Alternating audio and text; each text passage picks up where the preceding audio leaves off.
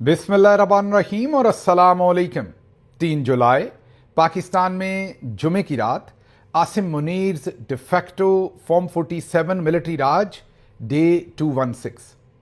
आज की अहम तरीन खबरों की तरफ जाने से पहले आपको ज़रूरी इत्तला देनी है कि कल मतलब 4 जुलाई बरोज़ हफ्ता दोपहर 2 बजे एक सेशन हो रहा है, एक सेमिनार हो रहा है, एक क्वेश्चन आंसर सेशन आप उसे कह लीजिए, इंटरैक्टिव सेशन कह लीजिए, जिसमें मैं भी बातचीत करूंगा, मैं भी मौजूद हूंगा। डॉक्टर मोईद पीरज़ादा होंगे, कासिम सूरी साहब होंगे और सज्जाद बरकी होंगे। ये एग्जैक्टली जो अमरीकी रियासत फ्लोरिडा का शहर ओरलैंडो है, जहां पर इस वक्त डॉक्टर्स की जो तंजीम अपना है उसकी एनुअल मीटिंग जारी है। वो मीटिंग हो रही है रोजन क्रीक जो रिजॉर्ट है उस पर। उसके अंदर तो अपना जो है वो, क्योंकि कहते हैं कि हम ए पोलिटिकल हैं, हम पॉलिटिकल एक्टिविटीज़ में नहीं जा सकते, इसलिए वहाँ तो ये वेन्यू नहीं मिला। लेकिन उसके बाहर बिल्कुल ही मेरा ख्याल 4-5 मिनट की ड्राइव पर ये वेन्यू है ये 14747 हैप्पी लेन ओरलैंडो फ्लोरिडा और जिप कोड है 32824। ये जो रोजन क्रीक जहां पर अपना का कन्वेंशन हो रहा है उससे मेरा ख्याल है 5 मिनट की ड्राइव है। ये जो एड्रेस है इस पर जाने के लिए आप जाहिर है खुद से भी तशरीफ़ ला सकते हैं। उसके अलावा इस एड्रेस पे जाने के लिए अगर आप रोजन क्रीक पर हैं, मतलब अपना के कन्वेंशन पे हैं, तो कल तकरीबन 1 बजे के करीब जो है वो बसें जाना शुरू होंगी। मेरा ख्याल 12:45 पे पहली बस जाएगी और उसके बाद 2 बजे तक ये बसेज यहाँ से जाती रहेंगी, शटल्स जो आपको लेकर इस इवेंट पर आ जाएगी और इसी तरीके से आपको वापस भी उतार देगी। है ये सिर्फ 5 मिनट की ड्राइव। मैंने आपको पहले ही बता दिया कि अपना वहाँ पर ये फैसिलिटी नहीं देता या होने देता, क्योंकि वो ये समझते हैं कि वो एक ऐसी तंजीम है जो ए पोलिटिकल है, वो किसी पॉलिटिकल पार्टी की बात नहीं करना चाहते। हालांकि ये सेशन भी ए पोलिटिकल ही है, कोई पॉलिटिकल पार्टी का नहीं है। इसमें ह्यूमन राइट्स की बात होगी, डेमोक्रेसी की बात होगी, बहरहाल वो एक अलग बहस है। तो कल हफ्ते वाले दिन ये 2 बजे सेशन है, जाहिर है मेरा ख्याल 2:30 बजे तक ये शुरू होगा। आपसे मुलाकात होगी, मैं भी वहाँ होऊंगा, मोईद पीरज़ादा भी होंगे, कासिम सूरी भी होंगे, सज्जाद बरकी भी होंगे। तो आपसे इंटरेक्शन भी होगी, सवालात और जवाबात भी एक दूसरे को होंगे। तो कल ज़रूर तशरीफ़ लाइएगा, आपसे वहाँ मुलाकात होगी। अब चलते हैं ज़रा आज की खबरों की तरफ। आज की सबसे बड़ी अपडेट 2 है। एक तो अली खामेनाई साहब का जनाजा, जो सुप्रीम लीडर की शहादत हुई थी, उस पर हमने बात करनी है। दूसरा, इसाक डार साहब वाला केस जो है वो भी अब खुलकर ISI ने अपने असासे लॉन्च कर दिए हैं और कहा है कि वो इस्तीफ़ा दें। और तीसरा, आज जो सबसे पहले जिस पर बात करते हैं वो तहरीक लब्बैक एक दफ़ा फिर सड़कों पर आई है और बड़ी तादाद में आई है और अचानक से निकल आई है। और there is a method behind this whole madness. ये क्या हो रहा है ये डिटेल से आपको सबसे पहले बताते हैं। आपको पता है चंद दिन पहले एक डॉक्यूमेंट्री जारी की, शायद 10 मुहर्रम को जियो टीवी ने, सफ़र इश्क गालिबन इस तरह का कोई नाम था उस डॉक्यूमेंट्री का, जिसमें हमारे आखिरी नबी मोहम्मद मुस्तफ़ा सल्लल्लाहु अलैहि वसल्लम की शबी जो है वो डिपिक्ट की गई, दिखाई गई। उसके ऊपर लोगों का बहुत ज़्यादा गम गुस्सा आया। उलमा ने उसके ऊपर बहुत सख्त उसकी मजम्मत भी की। शुरू में तो जियो को समझ नहीं आई, वो उसकी मजम्मत करते रहे, डिस्टेंस करते रहे इस सारे मामले से कि ये है कि आप लोग क्यों इतना शोर मचा रहे हैं। जियो ज़रा थोड़ा अपने आप को एक लिबरल चैनल कहता है और कई दफ़ा पहले भी, याद कीजिए एक अदाकारा की शादी पर, मुझे अब एग्जैक्टली याद नहीं किसकी शादी थी, उसमें ज़ोहरा की शादी, मीन जो आले बैत का घराना है उससे रिलेटेड एक, आप ये कहिए कि एक उसको आपने जो भी कहना है, एक मजहबी उसे एक शायरी कह लें, जो भी कहना है, वो ज़ोहरा की शादी, वो वाली चीज़ एक एक्ट्रेस की शादी के ऊपर वो चलाया गया जो अमूमी तौर पर अहले बैत के साथ रिलेट किया जाता है। तब भी गम गुस्सा दिखाया गया था और जियो के बारे में लोगों ने बहुत ही ज़्यादा डिसअपॉइंटमेंट का मुजाहरा किया था। उसके बाद ये इवेंट अब हुआ। शुरू में तो जियो ने डिनाई किया, फिर जब जियो को अंदाज़ा हुआ कि ये तो काम बहुत ख़राब हो गया और इससे मजहबी अकायद लोगों के मजरूह हुए हैं, तो हम पर तो बहुत कहीं काम ख़राब ना हो जाए, तो फिर मुलाकात हुई। ISI, ISPR, मौजूदा हुकूमत, जियो टीवी के मालकान, इन सब ने यह फैसला किया कि अब इसमें से बचने के लिए फौरी पैमरा को कहें कि हमें बैन कर दें। तो बेसिकली जियो टीवी ने खुद ही कह के अपने आप को 15 दिन के लिए बैन करवा लिया और पैमरा ने बैन कर दिया फौरन। और साथ ही जियो टीवी ने ऐलान किया कि हम अपनी ऑनलाइन ट्रांसमिशन, यूट्यूब वगैरह जो है वो भी बंद कर देंगे। ताकि ये मामला ठंडा हो जाए। ये बैकग्राउंड तो आपको पता है। अब उसके लिए जो ट्वीट्स हुए पाकिस्तान में, आईएसआई ने, एमआई ने, सब ने वो फ़ोन कर करके, आईएसपीआर ने वो ट्वीट भी लोगों से डिलीट करवाए और कहा कि जियो के हक में ट्वीट करें। अच्छा, मेरी पोजीशन इस पर बड़ी वाज़ेह है। पहले दिन ही मैंने कहा था कि जियो ने क्योंकि माफ़ी मांग ली, वैसे माफ़ी मांगने के बावजूद जियो दोबारा भी ऐसी गलतियां करेगा क्योंकि वो अपने आप को मुबर्रा समझते हैं। जैसे पाकिस्तान के मिलिट्री जर्नल्स को ये खब्त है ना, जियो को भी ये खब्त था और है कि हम ही बनाते हैं और हम ही गिराते हैं। उन्हें लगता है कि नैरेटिव हमसे बेहतर कोई नहीं बना सकता। उनके मालकान को ये लगता है कि हमारे पास जो चंद लोग हैं या हम लोग जो हैं, हमारा जो घराना है, हमारा जो टीवी चैनल है, हम किसी का इमेज बना सकते हैं, किसी का बिगाड़ सकते हैं। इसमें कोई शक नहीं कि बड़ा मीडिया हाउस है और काफ़ी हद तक वो कामयाब भी होते हैं। लेकिन अब थोड़ा सा जो पार का इस टाइम स्ट्रक्चर है मीडिया का, वो चेंज हुआ है सोशल मीडिया के आने की वजह से।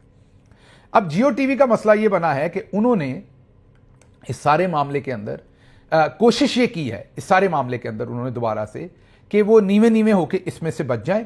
और फिर जाहिर है 15 दिन के बाद तो पाकिस्तानी अवाम बहुत ज़्यादा, आपको पता है कि जज्बाती है, 15 दिन के बाद सब कुछ भूल जाएंगे। तो मेरी इसमें पोजीशन बड़ी क्लियर है। जियो ने, मैंने आपको पहले कहा कि मेरी बहुत रिजर्वेशंस भी हैं जियो के बारे में। जियो एक तरफ वुमेन एम्पावरमेंट का अपना इमेज हमेशा रखता है। आप देखेंगे शाहजेब खानजादा खवातीन के राइट्स की बात करेंगे, जियो के बहुत सारे और लोग खवातीन की एम्पावरमेंट, वुमेन राइट्स, इस तरह की चीज़ों को उजागर करेंगे। वहाँ इनका इंटरेस्ट ये है कि बहुत सारी मगरबी एनजीओज और इदारे जो हैं उस पर बड़ा पैसा लगाते हैं। Jio is one of the biggest beneficiary of that funding, और जो भी कैंपेन्स आप कहें उसके, ये वाली सारी कैंपेन्स करके। जियो के जो ओनर हैं बहुत ही one of the smartest guy I know in Pakistani media, इसमें कोई शक नहीं है। वो जियो के जो ओनर हैं मीर इब्राहिम साहब, वो है वन ऑफ द स्मार्टेस्ट। मैंने क्योंकि सभी से डील किया हुआ है तो मैं ये कहूँगा कि ही इज़ स्मार्ट। तो उनको पता है कि वेस्ट को, ईस्ट को, सबको कैसे खुश रखना है, तो वो ऐसी कैंपेन करते हैं। लेकिन दूसरी तरफ आप देखेंगे कि मुखालफिन जो अपने होंगे उनकी किरदार कशी, खवातीन के ऊपर हमले, गंदे हमले, जो नून लीग की जहनीत है, दूसरी तरफ जियो वो वाले काम भी करता है। हमेशा लोगों की कैरेक्टर असैसिनेशन भी आप जियो को करते देखेंगे। लेकिन कमाल उनका यह कि अपने ऊपर ये छींटा नहीं पड़ने देते। रहते वो वुमेन एम्पावरमेंट वाला चैनल है, लेकिन सबसे ज्यादा औरतों की तहकीर करने वाला चैनल भी यही है। इद्दत और निकाह पर पूरी ट्रांसमिशन रन की गई, जियो ने लीड की, वो गंद और गलाजत फैलाई। इन सब रिजर्वेशंस के बावजूद मैं ईमानदारी से यह समझता हूं कि यह गलती जियो ने जानबूझ के नहीं की, उनसे हो गई और उन्होंने इस पर माफी मांग ली, गैर मशरूत माफी मांग ली। तो अब मामले को आगे चलाया जाए, इस पे उलमा कराम अपना किरदार अदा करें और माफी तलाफी करें और मामले को मजीद नफरत को हवा नहीं देनी चाहिए, मजहबी तौर पर फतवे नहीं देने चाहिए। मैं पूरी ईमानदारी से समझता हूं और जियो के मामले को दरगुजर करनी चाहिए जब उन्होंने अनकंडीशनल माफी मांग ली।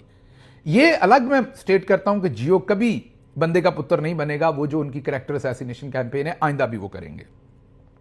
लेकिन इस वाले मामले पे मजहबी मामला है तो इसको आप सभी को दरगुजर करनी चाहिए। ये मेरी पोजीशन है जो मैं बरकरार रखूंगा इंशाल्लाह, उनसे तमाम तर रिजर्वेशन होने के बावजूद, उनकी तमाम तर ज्यादतियों के बावजूद।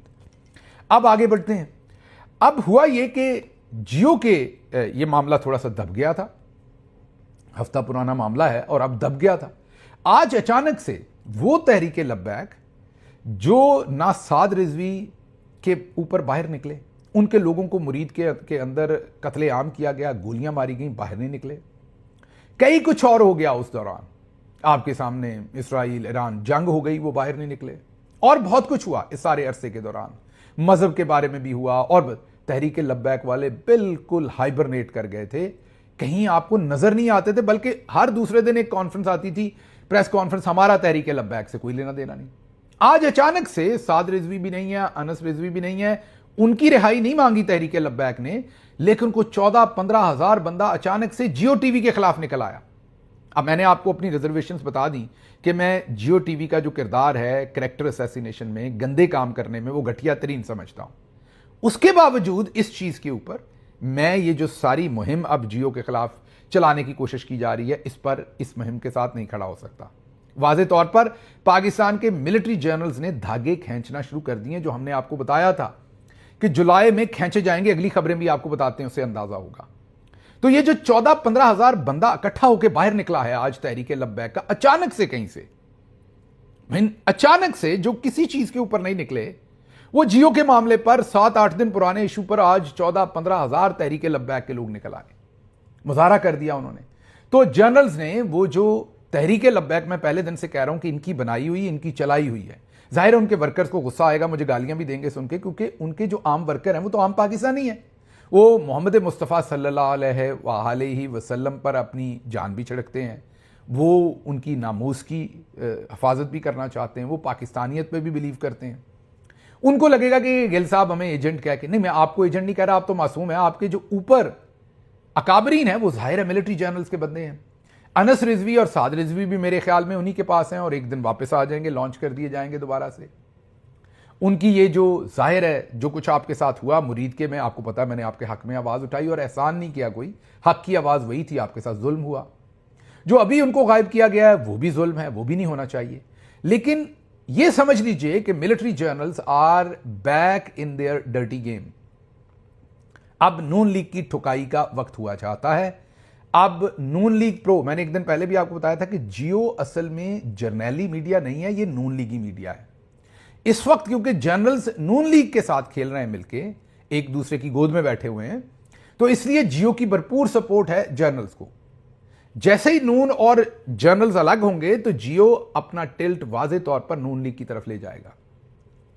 अब जर्नल्स को भी इसका पता है, तो उन्होंने एक तरफ नून लीग के नट कसना शुरू किए हैं, तो दूसरी तरफ जियो को भी तेल देना शुरू कर दिया है। तो ये आज तहरीक लब्बैक का अचानक बाहर आ जाना, किसी और इशू पे ना आना लेकिन इस पर आ जाना, अपने ताई बहुत कुछ कहता है कि इसके पीछे बहुत कुछ चल रहा है। अच्छा, अब आप में से कई कहते हैं गिल साहब छोटी बात क्या करें, आप बात बहुत लंबी करते हैं। तो आपको ये बात समझनी होगी कि बहुत सारे लोग जो हैं, आप बहुत स्मार्ट होंगे, बहुत समझदार हैं, आपको बहुत जल्दी बात समझ आ जाती है, लेकिन बहुत सारे लोगों को बहुत डिटेल से उस चीज़ का पूरा जो कॉन्टेक्स्ट है वो बताना पड़ता है और फिर जाकर वो उस चीज़ पूरी को समझते हैं। आगे बढ़ते हैं। ये तो होगी पहली चीज़। दूसरी चीज़ ये है कि जो आपको मैंने कहा था कि हमने खामेनाई साहब के जनाजे पर भी बात करनी, उसकी तरफ भी चलते हैं, लेकिन पहले ज़रा जो इसहाक डार साहब वाला मामला उस पर बात कर लें। आज अचानक से एक और जलथल हो गई। पहली जलथल तो ये हुई कि असिस्टेंट कमिश्नर रावलपिंडी, सुनते जाइएगा ज़रा, आपको लगेगा कोई पाकिस्तान के अंदर कोई मार्शल लॉ लग गया है, मतलब कोई तख्ता ही उल्ट गया है। ये ज़रा सुनिएगा। Assistant commissioner Rawalpindi Sadar Hakam Khan, deputy commissioner Rawalpindi Hasan Waqar Cheema, commissioner Rawalpindi Mohammad Aamir Khattak, additional deputy commissioner revenue Rawalpindi captain retired Shahryar Shirazi, CPO Rawalpindi Syed Khalid Mahmood Hamdani, इन सबको यकायक एकदम हटा दिया गया। इन सबको यकायक एकदम हटा दिया गया और इनकी जगह पर जो सबसे इसमें इंपॉर्टेंट पोजीशन है आज के रेफरेंस में, क्योंकि ये एफआईआर का टाइम चल रहा है, इसहाक डार साहब के नवासे पर जो गैंग रेप का केस बना है, उस रेफरेंस में इसको देखिए। तो सबसे इंपॉर्टेंट ये है कि जो हमदानी साहब हैं उनको हटा के जो सीपीओ थे उनकी जगह पर लगाया किसको है, डीआईजी सीटीडी पंजाब हसन मुश्ताक सुखेरा। ये कौन है? ये मुश्ताक सुखेरा साहब जो नून लीग के बहुत करीब रहे हैं, ये उनके साहबजादे हैं कहा जाता है, और उनको रावलपिंडी में सीपीओ लगाया गया। लग तो बेसिकली ये रहा है कि शायद मरियम नवाज गवर्नमेंट ने, जो मिलिट्री बैक्ड ये सारे लोग वहां बैठे हुए थे पिछले 3-4 साल से, मोहसिन नकवी के हैंड पिक्ड या मिलिट्री बैक्ड, उनको हटाया है और अपने जो लोग हैं या जिन पर उनका भी कंट्रोल हो उनको रावलपिंडी के अंदर मरियम नवाज ने लगाया है। लग ये रहा है कि जो ब्रिगेडियर साहब, जो सेक्टर कमांडर मरियम नवाज के बिल्कुल हुकूमती मामलात के ऊपर हावी हो गए थे, चढ़ दौड़े थे, वहां से मरियम नवाज ने थोड़ा पुश बैक किया है और अपनी स्पेस लेने की कोशिश की है। क्यों कोशिश की है ये आगे बताते हैं, आपको समझ आएगी। ये तो आपको पता है कि वो जो एफआईआर हुई वो चौधरी साहब ने पीछे से दलवाई। चौधरी साहब ने वहां के जो पुलिस वाले थे उनको कह के जबरदस्ती रात के वक्त एसएचओ को जज के घर भेज दिया।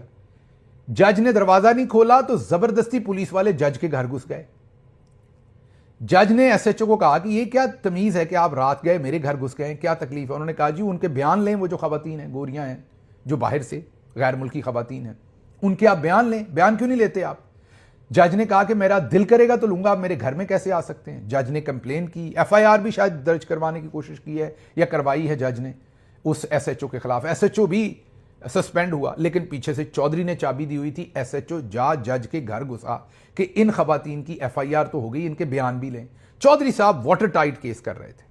अच्छा, आगे भी बताते हैं आपको। ये तो आपको पता चल गया कि जज साहब के साथ भी ये हुआ।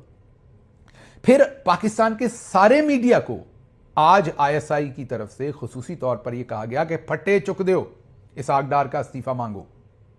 यह मैं कम से कम 3 बड़े चैनल्स के मोतबर लोगों से बात करने के बाद आपको बता रहा हूं कि पाकिस्तान के अंदर मीडिया को ये आईएसआई की तरफ से, ये आईएसपीआर की तरफ से कहा गया कि इसहाक डार वाले केस को डाई डाउन मत होने दे, फटे चुक दें, क्रिप्टो के अंदर ना छुपने दें इस केस को।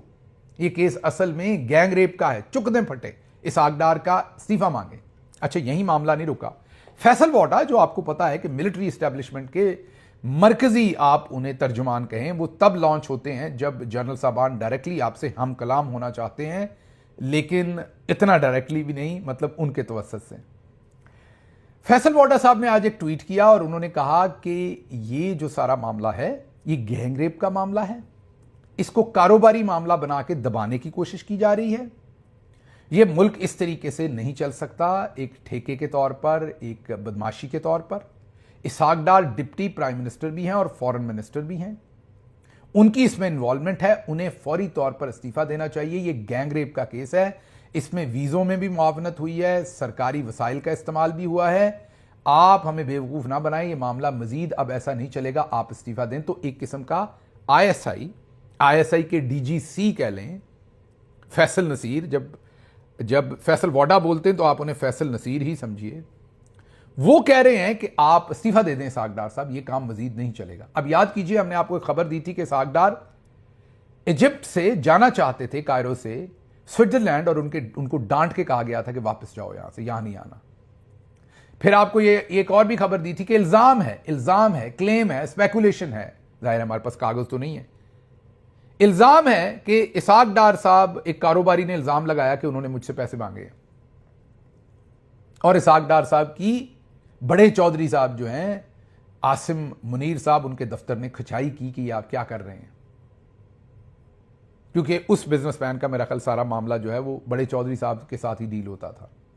तो ऑलरेडी, और जब आप इसहाक डार की बात करते हैं तो ये ज़हन में रखिएगा कि इसहाक डार एक्सटेंशन है नवाज शरीफ के इंटरेस्ट की इस गवर्नमेंट के अंदर। वो शहबाज शरीफ के ऊपर चेक एंड बैलेंस के लिए बिठाए हुए हैं। आगे चलते हैं अब इसमें। तो फैसल वोडा साहब खुल के आगे, तो यहां से आप ये समझ लीजिए कि आईएसआई खुल के आगे एक और वकील जिनके बारे में यह तासुर है, यह समझा जाता है कि वो आईएसआई के टाउट वकील हैं, अली इशफाक साहब। उनके बारे में आपको पता है कि पूरा पाकिस्तान यही गुमान करता है, तासुर है, ख्याल है, ओपिनियन है कि वो आईएसआई के टाउट वकील हैं, और हर उस केस में लोग समझते हैं कि वो आते हैं जहां आईएसआई उन्हें छोड़ती है। वो कहते हैं कि 2 खवातीन का मजिस्ट्रेट की अदालत में रिकॉर्ड करदा बयान इंतहाई रोंगटे खड़े करने वाला है, खासकर जो खातून वेनेजुएला की शहरी और मुतासरा फरीक है। सिंगापुर, क्रिप्टो, इस्लामाबाद, नथिया गली, लाहौर का बंगला, इंस्टाग्राम प्रोफाइल, खानदानी तस्वीर, एलॉन मस्क की कंपनी में इन्वेस्टमेंट डील, लड़कियों का रो रो कर बयान, वीडियो रिकॉर्डिंग, लाइव लोकेशन, अदालती पेशी में कौन लोग पेश हुए, असल किरदार इस वक्त कहां हैं, पुलिस का शुरू से अब तक का किरदार, इस हद तक इंतजामी बदनीयती, बेशुमार हकायक खुद को सामने ले आएंगे।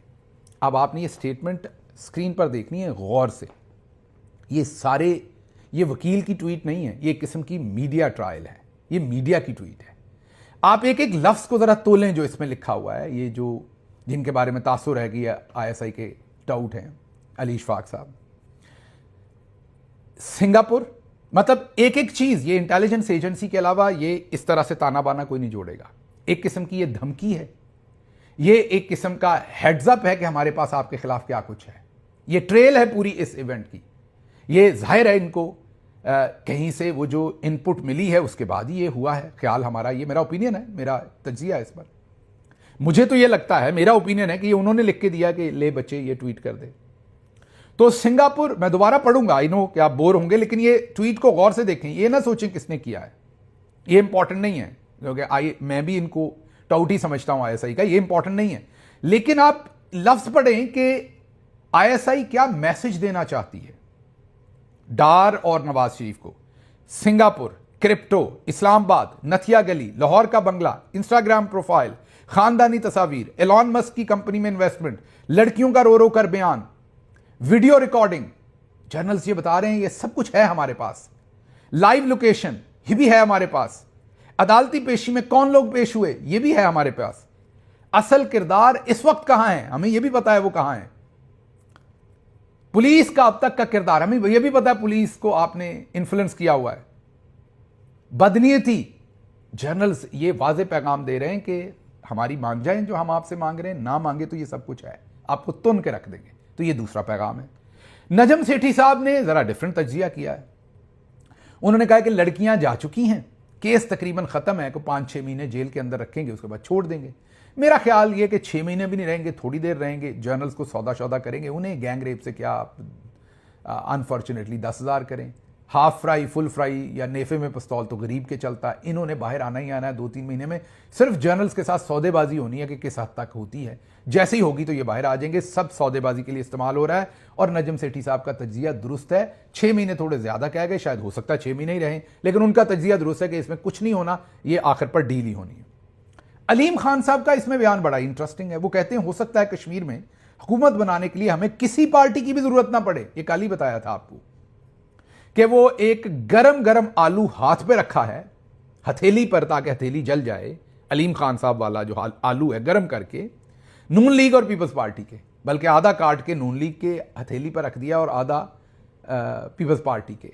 और ये बताया है कि अगर आप बंदे के पुत्र ना बने तो कश्मीर हम दे देंगे तहरीक इस्तेहकाम को। और वो कह रहे हैं कि हो सकता है हमें किसी से इल्हाक करने की भी जरूरत ना पड़े। इस बयान को भी जरा पेंसिल कर लें अपने पास। फिर मुनीफ फारूक वो आए।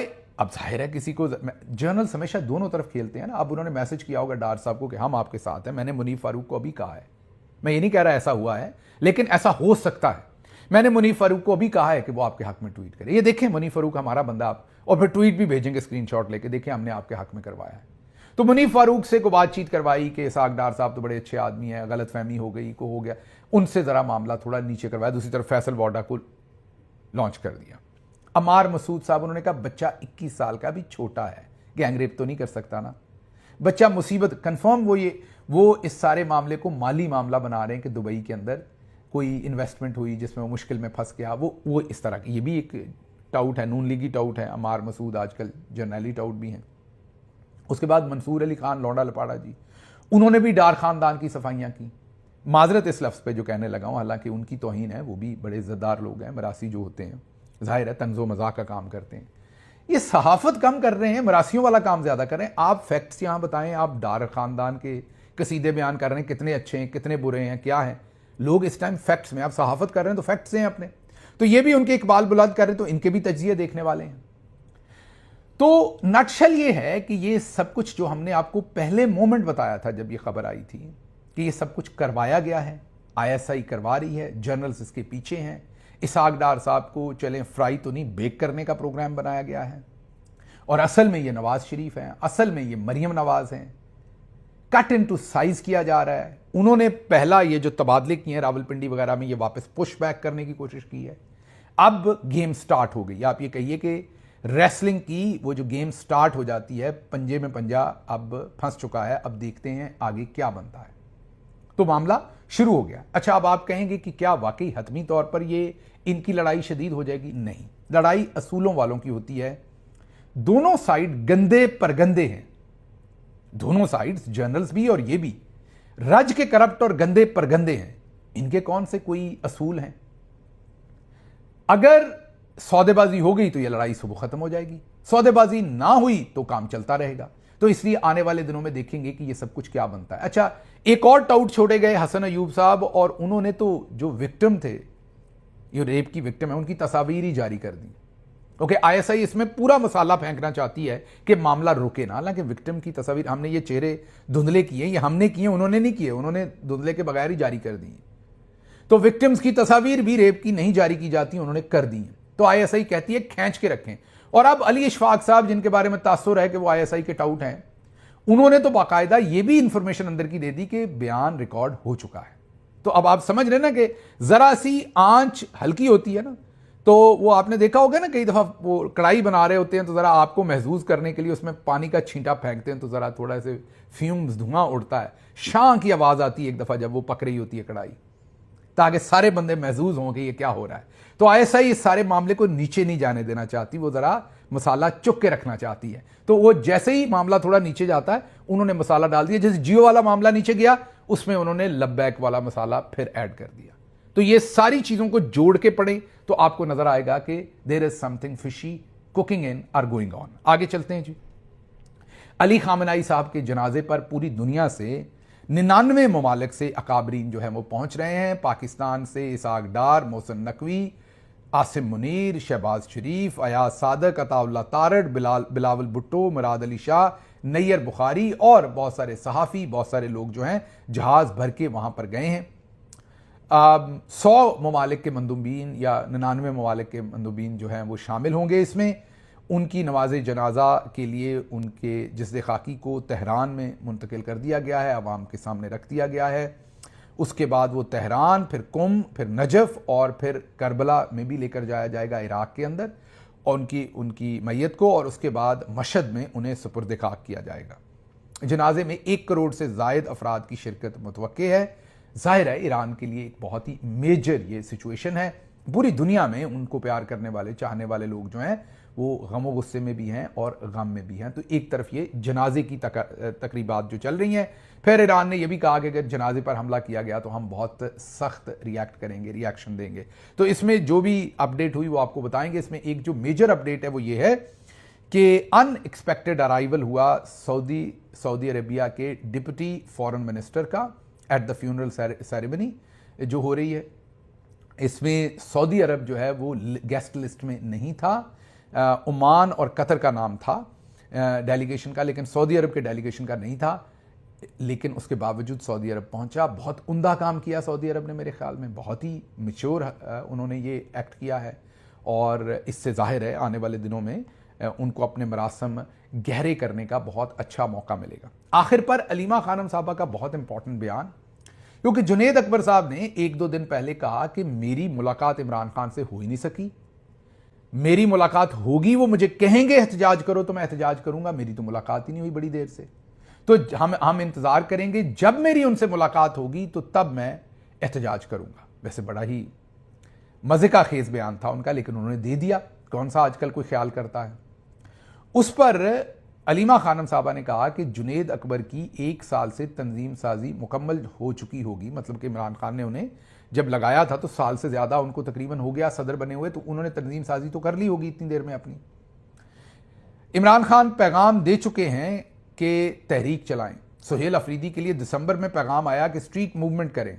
इनके लिए भी इमरान खान की हिदायत आ चुकी हैं। इमरान खान और क्या हुक्म दे, वो कह चुके हैं कि आप सड़कों पर आएं। तो वो कहते हैं ना कि कोई सोया हो तो आप उसे जगा सकते हैं, कोई जाग रहा हो तो आप उसे कैसे जगा सकते हैं।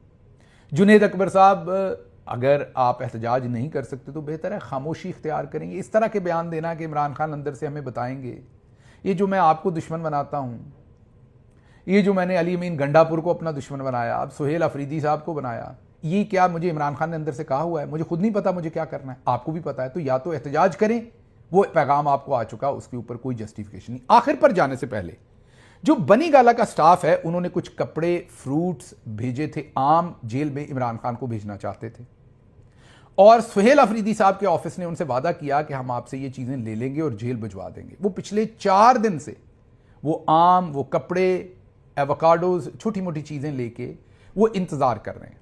पिछले 2 दिन से लगातार रजा साहब हैं और बनी गाला से दूसरा स्टाफ जो है वो लगातार सुहेल अफरीदी से मिलने इस्लामाबाद में जो खैबर पख्तूनख्वा हाउस है वहां जा रहे हैं, और सुहेल अफरीदी वहां हैं भी।